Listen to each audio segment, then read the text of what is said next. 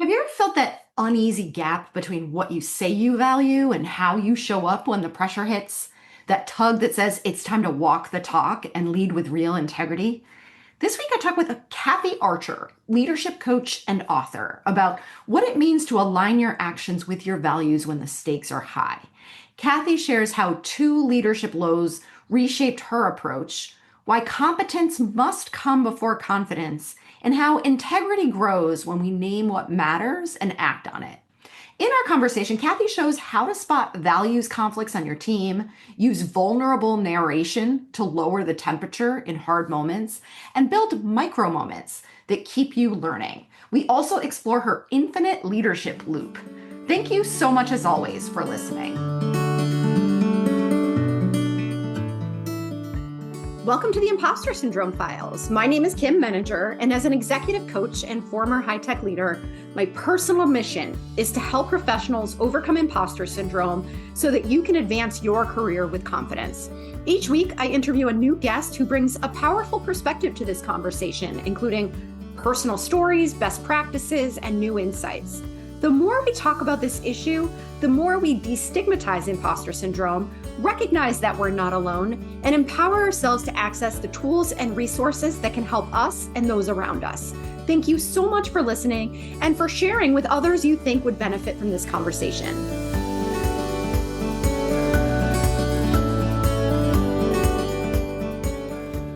Welcome, Kathy. It's such a pleasure to have you here today. I would love to start by inviting you to tell us a little bit about yourself. Absolutely. Thank you, Kim, for having me. I leadership development coach Kathy Archer. I have been around the nonprofit sector for many years. I currently teach, coach, and mentor women leaders in that space. And I come back to that space because that's where I grew up. I graduated from college way back in the day, and I was working in group homes with adolescents and moved into some family support programs where kids had been, apprehended, but the parents needed some parenting skills. So we were teaching parenting and giving kids visits with their parents, all that kind of stuff. And I, very quickly moved into leadership roles in different ways and learned along the way that, leadership is hard. And nobody taught me how to do it. And so it's interesting, you talk about imposter syndrome. I come into this role without any, interestingly enough, I was the one who had the most education in terms of working with the people, but not leadership training. I had no leadership training. So I move into a leadership role. Things went sideways fast, no doing of my own. The employees brought the union in and things went really sideways. And I had to learn really quickly how to navigate in that space. And at one point, I hit a really big low. And, I was working with my boss at the time, trying to figure out how to get things together with the staff. And, people weren't happy. And I put a Christmas party on and, less than a handful of people showed up. Two or three people showed up. And I went home that Christmas and I was like, what am I doing? Like, I don't belong in leadership. This is ridiculous. I was depressed. I went, after Christmas, I went and seen my doctor and I'm like, I don't know. And so he put me on antidepressants at that point in time. And I really questioned whether I wanted to be in leadership or wanted to be doing any of this. And something in me went, I love the work I do. I'm passionate about the impact we have with families, and I wanted to make sure that was going to happen. And so I dove back in, and it was at that point in time that I started my management degree. And so I spent the next 8 years. I have 4 children. My husband worked away from home. I was, in a leadership role full time. So I spent the next 8 years, course by course by course, working through and really developing skills and confidence. And at the same time, I was doing a lot of the inner work and growth that was necessary, some of the personal development work. And then hit a second big low down the road after I had really come up, things were doing well. We expanded, got this lovely new big program. And all of a sudden things fell apart again. Because once again, I was in over my head and I was struggling to do all of the work that I was supposed to be doing with the resources that we had. And that's when I got introduced to coaching. And I learned so much about the mindset of leadership, the need to both build skills and continue to grow your competence as well as your confidence. And so that gave me sort of the insights to go, okay, now I want to do this with leaders. Now I want to turn around and teach leaders how to, navigate these leadership lows that we hit. And so I recently published my second book, Character-Driven Leadership for Women. It is really looking at that inner self-reflective work that we need to do as leaders.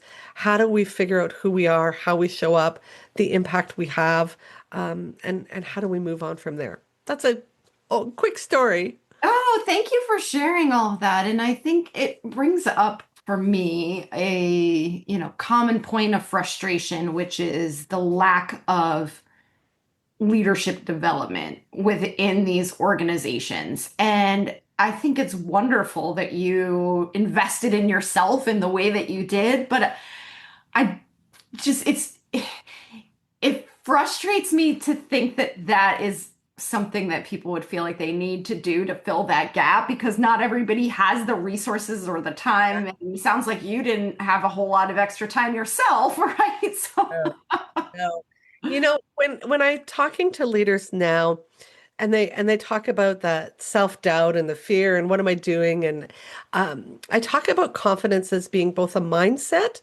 but it starts with competence. mm, So if you've never been taught how to do a performance review, run a staff meeting, think strategically, read a budget, if you've never been taught those skills, you lack the competence. And without that, of course, you're going to feel like you're in over your head and floundering. And no, we're not giving people those skills and that training. And so I piecemealed it together from, university work and local courses at the college and books and self-assessments. And that's what I teach women now is no, you shouldn't have to. But if you want to make a difference, you're going to have to. I talk about it as your own personal and professional learning curriculum. What are you going to learn? Who are you going to learn it from? When are you going to learn it? And in bite-sized chunks, because you're right, we don't have time.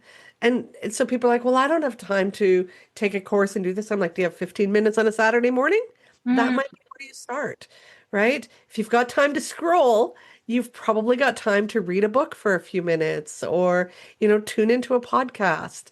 And that's what it's going to take to start to develop your own skills because generally we're not handing them to women leaders at all.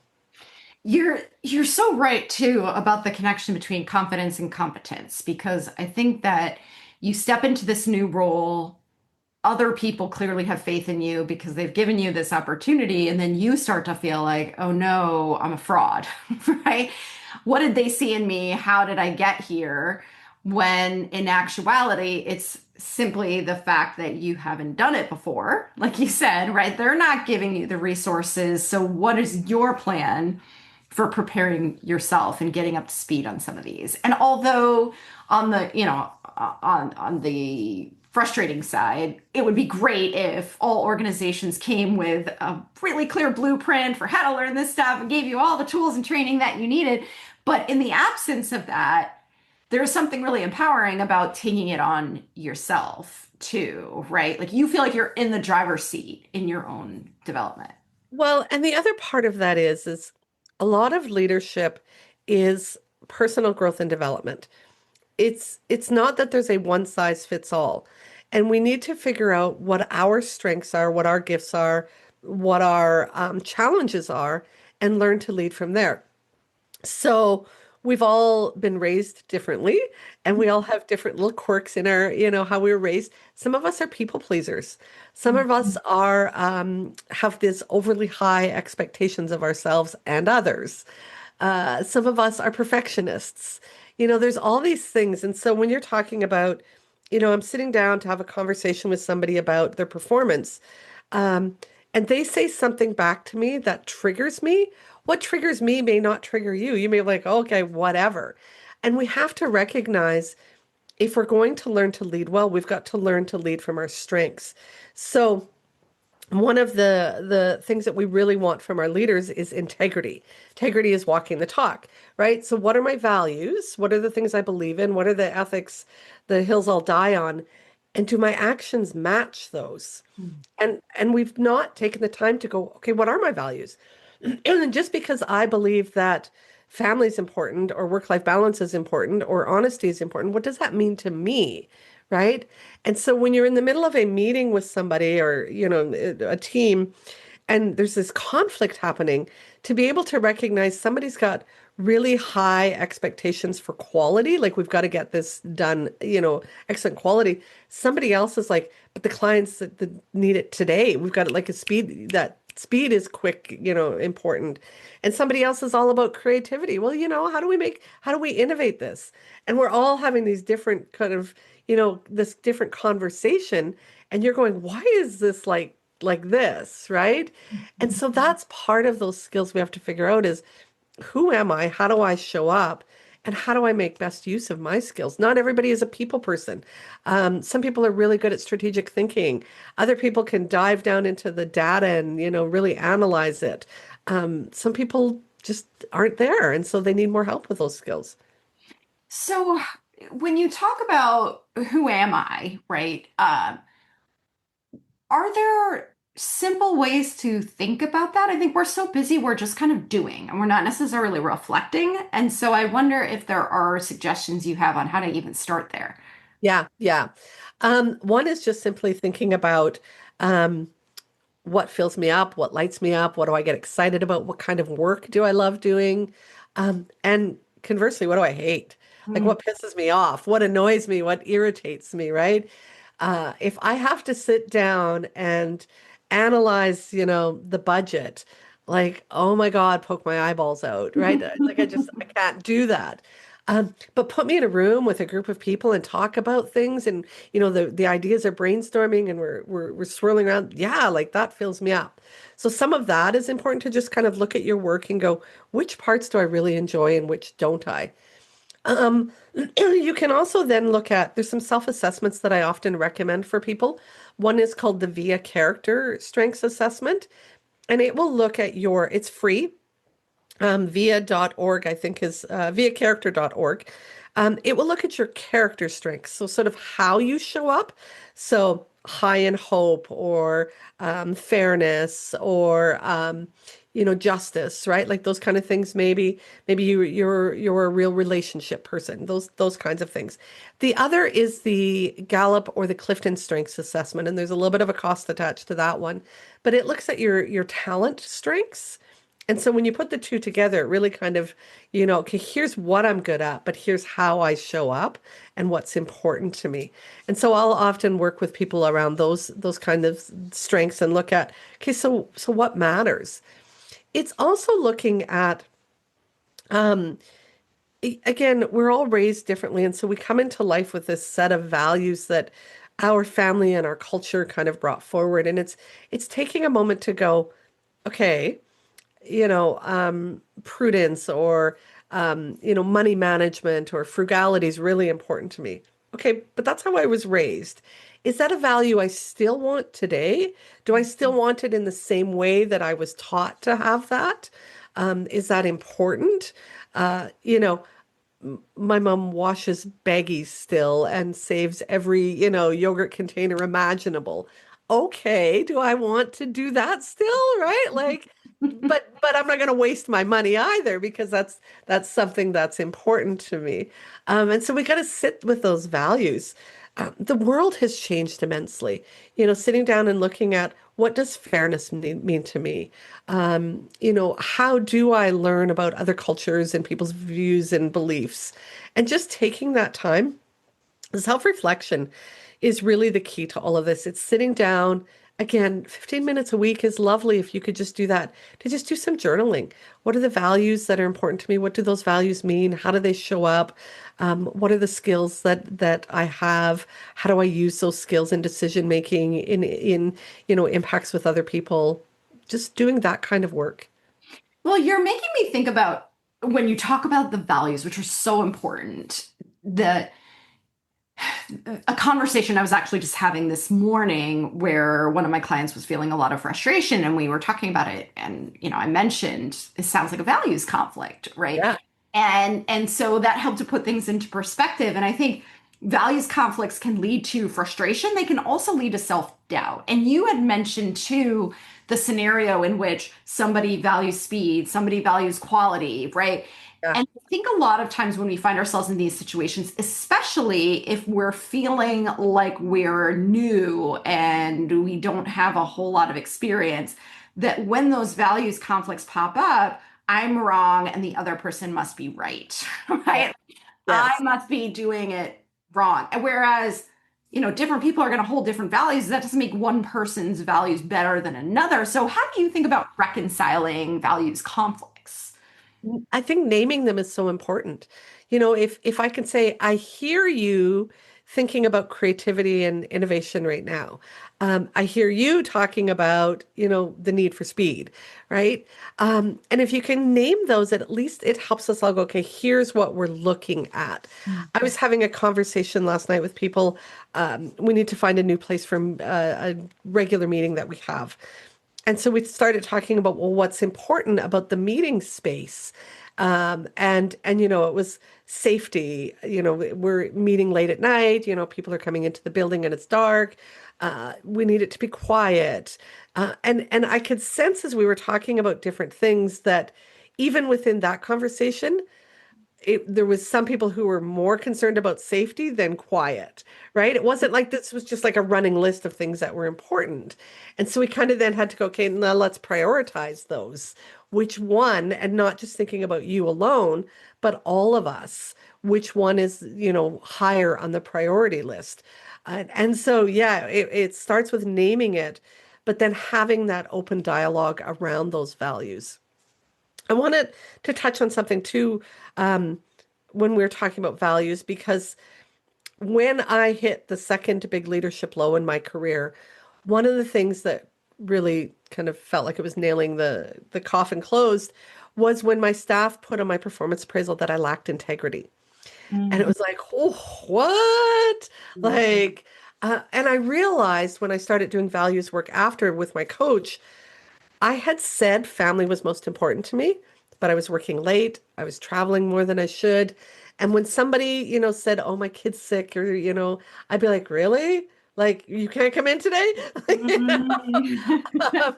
I said I had an open door policy. I'm here for you. If you need me, just yell. And yet I wasn't answering my phone. My door was shut. And so while I said this was the list that I espoused to, I wasn't living it. And it's so interesting too that there's a way in which we feel the disconnect when our values don't match our actions, but that the people around us experience Yeah. that as well. Yeah. And we see that individually, but we also see it organizationally. You've probably worked with people where you're like, okay, what are the values of the organization? Well, A, they half the time they can't even name them. But B, they name them and they're like, but that's not what we're doing. We're Mhm. not doing that as an organization or as a team. And then that's where you start to feel that conflict in organizations. Yes, you're absolutely right. And I think so much of the conflict that we experience is rooted in these either unnamed or conflicting values as you're describing them, right? And so, one of the things I love about what you said in naming them and prioritizing them is adding that extra step for conversation that doesn't typically happen. I think we tend to rush into Yes. the work itself as opposed to pushing the pause button and saying, like, how are we going to work together on this? What is everybody, what is, what's motivating everybody here, right? Yeah, slowing the conversation down is so critical. But I think, back to feeling that sense of imposter syndrome, or we're not comfortable going, oh, okay, let's slow this conversation down and talk about values because it's not something we talk about. It's not something we've been taught or we've seen other people even do. So to do that, that requires that level of vulnerability and courage. So I often say it starts with competence and moves to courage before we get to confidence, right? You got to have that, okay, oh, this is going to be weird kind of thing. And I'll tell people, I talk about a skill, I call it vulnerable narration in my book. So, where you step up and you kind of say to everybody in the room or to the person you're talking to, this is really awkward for me. I'm uncomfortable doing this, but I'm going to do it anyhow. Hmm. And you sort of, so almost start having two conversations at once where you're kind of putting it in this container where this is new. You know, when I first took my coach training and I was um, still in my leadership role and my team lead, I would practice on her and I would say to her, okay, let me practice this skill of whatever I was doing, right? But it was just kind of naming it for both of us to go, don't expect perfection. And if I have to pause and look at my notes and see what I wrote down, or, you've got to learn to practice it. And without that, you're never going to get to that point where you start to feel that level of confidence. I love the emphasis on courage because I always say, confidence follows action, right? It's not Yeah. the other way around. You have to do the scary thing and then your confidence catches up, right? Yeah. Yeah. Uh, And it might be messy. In fact, it probably will be. yes, exactly. And I wonder too, I'm just thinking about how people might be hearing what you just said about the vulnerability. That is always my go-to strategy as well, is to kind of name the discomfort. And then most of the time, people will conspire to support you because they know that, they don't want you to feel uncomfortable. They know what being uncomfortable feels like. And so it becomes a more supportive environment. But I wonder if there are times when you think that that could be risky because it might, sometimes people will say it might be used against me, right? I Yes. need to look like I've got it all together. Yes, yes, 100%. I will tell people to start in safe places Hmm. or start small. Find a trusted colleague or ally that you can do this with. I'm often working in their personal lives at the same time, going, okay, we'll try it with your spouse first, maybe, or your sister, or, practice that. Um, and the other thing is it really does come back down to values. Sometimes I'll find that people are in positions or organizations where they'll be like, yeah, it's too risky, I can't do it. And the question then just becomes, so do you want to stay there for the rest of your life, kind of? You Hmm. know? Is this the situation you want to live in? You came talk to me because you want to change. And so yes, there's risks associated with it. And it's not going to be easy. And you may have to come back again and again. Um, but that's a decision you need to make, which is again why I always go back to that self-reflective piece. Go back and write about it on the weekend. Sit down and talk about, here's the pros and cons, or what if I do, or what if I don't, or why is this so important to me, or, what's it often comes back to that sense of purpose. Why are you in this job? Why are you in this role? What's the difference you want to make? What's the difference you want to make in the world? That sense of legacy. And are you doing it? And there's times in your career where you're getting the skills, you're doing the grunt work, and that's fine. And you just need to know, where am I at in my career? Is it time to push or is it time to play it safe? But when you more consciously make that choice, then you're feeling better about it and you're still feeling somewhat aligned with your goals, or you're deciding that this is a period of my time when I'm doing this. Um, when we start to feel icky and start to get that sense of burnout and, we're really struggling with values alignment. When I look back, my top strength is learner. Like I love to learn and read. And there was periods in my life where I didn't read for years. And I look back and then I'm like, well, no wonder I was so bitchy. Like, I'd lost like that. The number one thing I needed in my life, my cup wasn't being filled up, right? Hmm. Um, and so once I started diving back into that learning world, and I mean, I was raising kids and, there was lots going on. But yeah, I realized that I needed to get back into that learning world in at least a small degree, or I wasn't going to be happy. That's really important too. And I think just bringing a lot of what you just said together, I think about reminding ourselves that we have choices. And sometimes it feels like we're stuck in these situations or that, the power differential is so big, but oftentimes there are going to be situations where you can't take a risk, but oftentimes we have to really examine that belief that we can't take a risk because maybe it's fear and not reality, right? And sometimes you just have to take, as we're talking about with courage, take the step, and then on the other side of that will be data that either tells you that it's safer than you thought it was, or data that confirms that it's not safe and gives you information to help you make decisions about whether this is the best place for you in the long term. Yeah, yeah. I tell people to do a weekly review and kind of do that post-mortem. Like, okay, here's what I was working on. Here's what, what I tried. Did it work? Didn't it work? What did I learn? How can I take some of that lessons forward? Yeah, we got to go back and see what happened.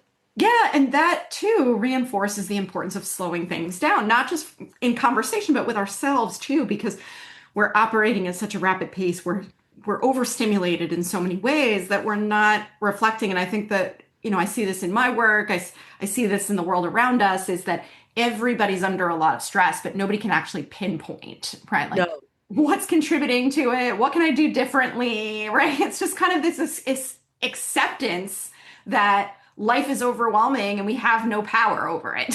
Yeah, we can't control it.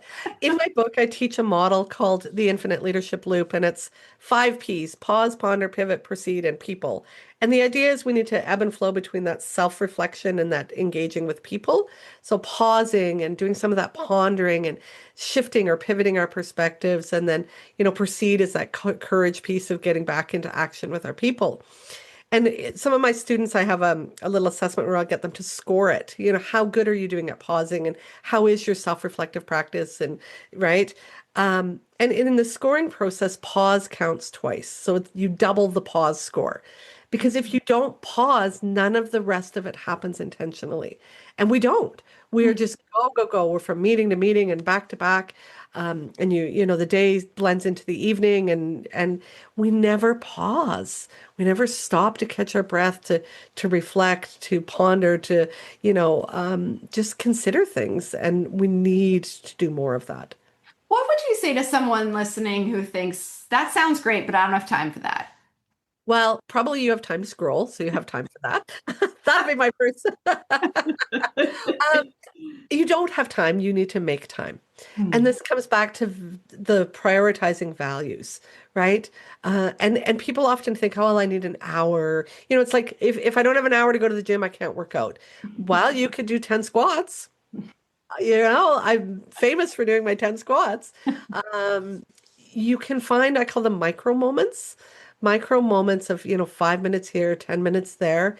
And when you start to prioritize and make time for it, you'll start to viscerally feel the difference, and then you'll crave it. But no, you don't have time, because you're in a whole different way of thinking and running through your days. But if you choose, again, back to power of choice, if you choose to make some micro moments, you'll start to find more time. Yeah, I think that's a really good way to remind us about intentionality, right? And I think you even mentioned this when you said when people come to you, they're looking for a change. Yeah. If the situation you're in isn't working for you, you're going to need to do things differently than you do Definition of today. insanity, right? Beating your head against, right? Yeah. That's right. And so, I mean, I think part of it is that there is that sense of I'm doing so many things right now, I can't add something new. And Yeah. also part of it is just, fear of change and all of the resistance that comes up when we as humans decide to do something that's outside of our comfort zone. Yeah, absolutely. When I made the biggest change, and I've heard it from so many of my clients, I started getting up a little bit earlier each day. Again, I have 4 kids, no time to myself, really just wanted to do a little bit of yoga, a little bit of journaling, a little bit of, reading. And I started to back it up by like 15 minutes. And I remember I would um, get up and I would come into this room and I'd lay out my yoga mat and I'm like, I can't, and I'd fall back asleep. Right? I'd be like, okay, but at least I got up, right? And bit by bit, I started, and I've been a 5 a.m. riser for, oh gosh, years and years and years now. You can't take that 5 a.m. out of me. Mm. Um, and I know other women have said the same thing when I've started to carve out that space in the morning, because as much as you mean to later in the day, it's not going to come. It's so hard. And you don't have the willpower left to do any of that at the end of the day. And so again, it's just little bits at a time, just finding an extra 10 minutes, before the kids get up, and I know that doesn't work for everybody, but wherever you can. I have one lady who will go to the office and just shut the door for the first half of the half hour. She's like, I'm here, but like this is my space, right? Yeah. So however you need to do it. Yeah, and in a situation like that, or even in any of the situations, I think it's helpful going back to what you said earlier too about naming it, because I think if you do adopt that practice of saying, I'm going to go into my office for the first 30 minutes, keep the door Yep. closed, there's the possibility that people might perceive that as you're unsupportive. Yeah. But Yeah. instead, you're modeling it in a way that encourages other people to find their own solutions to this problem. Yeah. Yeah. Yeah, I have this whole thing against open door policy. I'm like, no, no, no, no, no, no. Times where you're available, not 24/7. Exactly, exactly. And I think, you also made the point, do it in ways that work for you because I know I am guilty of saying, oh, I'll do it tonight. And by the time tonight comes around, forget it. My brain is fried. I'm not doing anything. Maybe there are people out there who are better. I Maybe. used to be a night Not me. owl, but it's not me anymore. No. So I think set yourself up for success by being realistic about when you are trying to commit to these Yeah, types of activities. absolutely. Absolutely. Well, Kathy, this has been such a great conversation. You've given us so many great tips and insights to think about. I know you have written a couple of books, it sounds like. So, where can people find you if they want to learn more about your work, read your books? Yes, absolutely. KathyArcher.com is my website. I am Kathy D. Archer on all the socials, mostly active on LinkedIn and Instagram. You can get my first book, Mastering Confidence, and then my second book, Character Driven Leadership, wherever you buy books. They're available everywhere, audio version as well, Amazon.